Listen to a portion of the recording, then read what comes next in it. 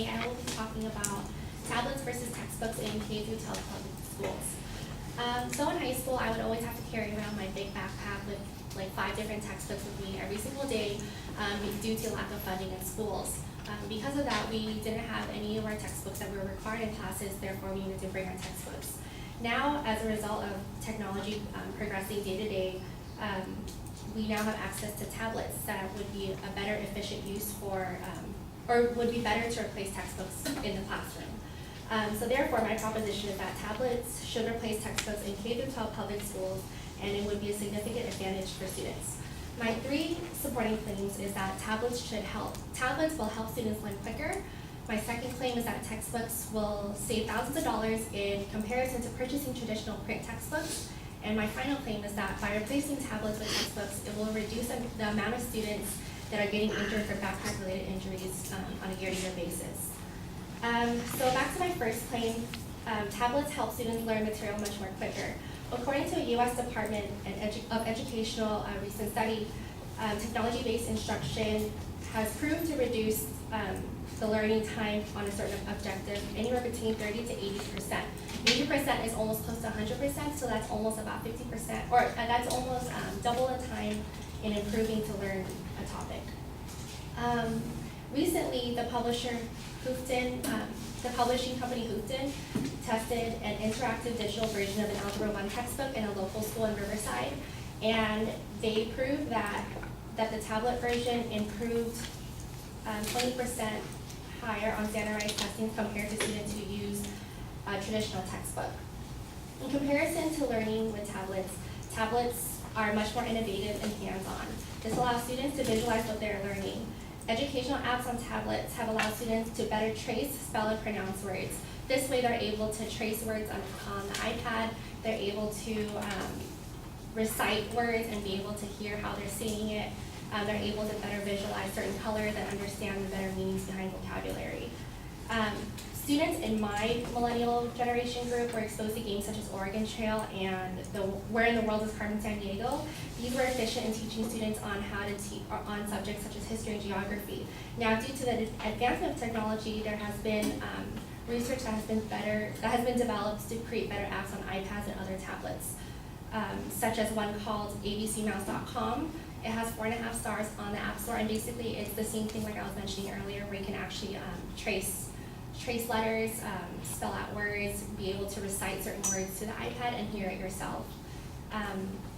Also, another article I found was on the International Business Times. An analyst from Jeffrey's company from an investment firm has found tablets and other similar devices teach students with learning disabilities such as dyslexia and autism, and they realized that this has led to much success in teaching them how to better learn. My second claim is that textbooks will save thousands of dollars in comparison to purchasing traditional print textbooks. E-textbooks on tablets cost on average 50 to 60% less than print textbooks, according to the Federal Communications Commission. Also, it was noted that K through 12 school districts spend more than $8 billion per year on textbooks. If schools were to switch over entirely to e-textbooks on tablets, this would save schools about $250 to $1,000 each year. Tablets are also a better solution to saving more money in schools because it's becoming more and more affordable every single year. In 2010, according to a news article on computerworld.com, as sales of tablets are increasing, the price of tablets are decreasing. Originally, tablets cost over $500 in 2010, and it has steadily decreased ever since. It was reported that tablets were as low as $300 in 2013, and it is projected to drop as low as $263 in 2015. Because there are constantly new textbooks being developed, schools will constantly have to repurchase textbooks. By implementing tablets as textbooks, school administrators and faculty could just simply update tablets instead of completely repurchasing textbooks in bulk. This is beneficial for subjects such as biology because it's constantly changing. And if it's not decided by faculty to not repurchase textbooks due to lack of funding, then oftentimes students will be learning older material from older textbooks. My third claim is that By replacing tablets with textbooks, it will reduce the amount of students that are getting injured from backpack-related injuries. Pediatricians are always recommending that students carry less than 15% of their body weight in their backpacks.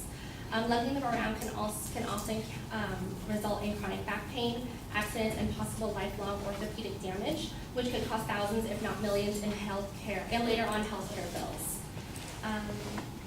According to the U.S. Consumer Product Safety Commission, during the 2011 to 2012 school year, more than 13,000 students, kids aged from 5 to 18, were treated for backpack-related injuries. By implementing tablets in the classroom, students won't have to deal with the heaviness of textbooks, overall improving the students' health.